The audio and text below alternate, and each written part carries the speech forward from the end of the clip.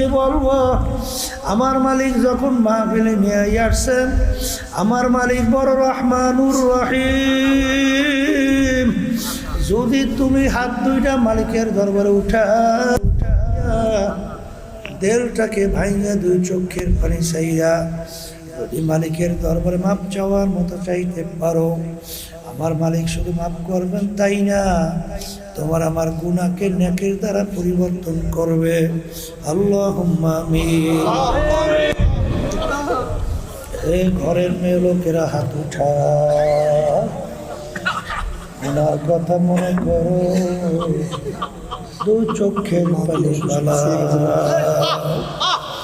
বাউলা দাবার কান্দো আর মাপ চাও।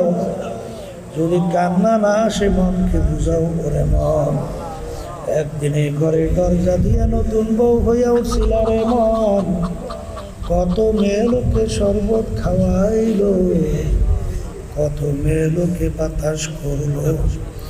আবার এমন একটা দিন আসবে এই ঘরের দরজা দিয়া মোরা লাশ হইয়া বের হবে। ছেলে কানবে মামা করে, মেয়ে কানবে মামা করে, জবাব তো আর দিবা না। আল্লাহ মাঠের দিকে চাইয়া দেখে আপনার বান্দারা কিভাবে কান্দে। আমাদের ছেলেও মরে নাই, মেয়েও মরে নাই, গুনাহ করে বসে,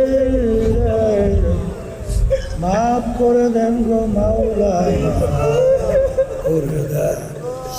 আল্লাহর বান্দারা জোর করে কান্দে।